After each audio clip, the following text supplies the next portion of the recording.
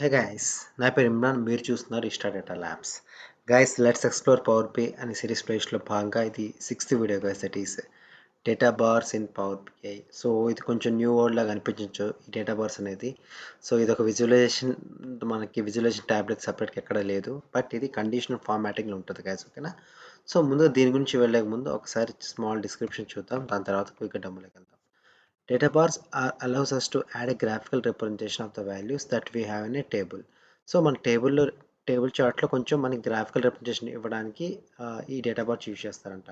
So ఒక్కసారి demo చేస్తే మనకి క్లియర్గా అర్థమవుతుంది గైస్. సో ఈ పవర్ బై డెస్క్టాప్ని ఆల్రెడీ నేను ఇది అడ్వెంచర్ వర్క్స్ డేటాబేస్లో నా టేబుల్స్ని నేను ఇంపోర్ట్ చేసుకున్నాను గైస్. ఓకేనా? టైం సేవింగ్ పర్పస్కి. సో ఇక్కడ మీరు చూస్తే మీకు ఎక్కడ డేటా బార్స్ అనేది మీకు కనపడవు. సో సో డేటా బార్స్ ఎలా కనపడాలి, సో మనకి ఎలా ఎనేబుల్ చేసుకోవాలంటే ఫస్ట్ మనం ఒక టేబుల్ విజువల్ తీసుకోవాలి గైస్. ఓకేనా? టేబుల్ విజువల్లో నేను ఎలా తీసుకుంటానంటే first name. Okay okay first name ఈ డిమ్ కస్టమర్లో ఫ్యాక్ట్ నెట్ సేల్స్లో సేల్స్ అమౌంట్ తీసుకుంటాను. ఓకేనా? Sales amount. ఓకే. సో ఇప్పుడు నేను ఫస్ట్ నేమ్ సేల్స్ అమౌంట్ తీసుకున్నాను. ఓకేనా?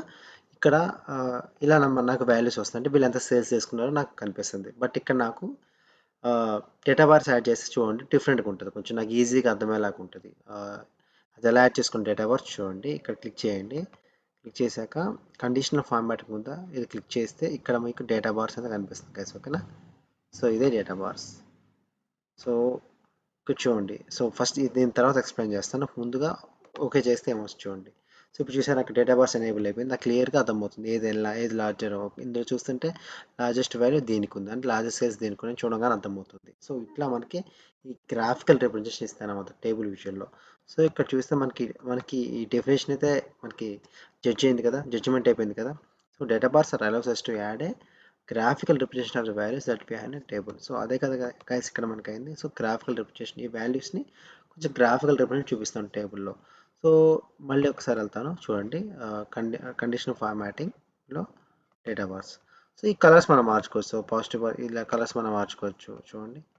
డిఫరెంట్ కలర్స్ ఇట్లా ఇచ్చుకోవచ్చు. మనం అకౌంట్ అవర్ మన రిక్వైర్మెంట్ ప్రకారం మనం అలా ఇచ్చుకోవచ్చు. ఏమొద్దు remove conditional formatting data bars. So మళ్ళీ మనం బ్యాక్ వచ్చేసాం. మళ్ళీ ఎనేబుల్ చేసుకోవాలంటే కండిషనల్ ఫార్మాటింగ్స్ డేటా బార్స్. సో ఇక్కడ ఏం లేదు గైస్. ఓకేనా? షో బార్ ఓన్లీ అంటే మనకి ఇలా క్లిక్ చేస్తే మనకి డేటా బార్ ఓన్లీ చూపిస్తుంది, అంటే మనకి ఇక్కడ నెంబర్స్ ఏం చూపించాం అనమాట. చూసారా? సో నెంబర్స్ కావాలంటే మౌజ్ ఓవర్ చేయండి, మీకు నెంబర్ కనిపిస్తుంది. ఇట్లా మౌజ్ ఓవర్ చేస్తే మీకు నెంబర్స్ కనిపిస్తూ ఉంటాయి. సో ఇలా ఒక type of formatting okay data బార్స్లో. సో మళ్ళీ రన్ చెక్ చేస్తే మనకి బ్యాక్ టు నార్మల్.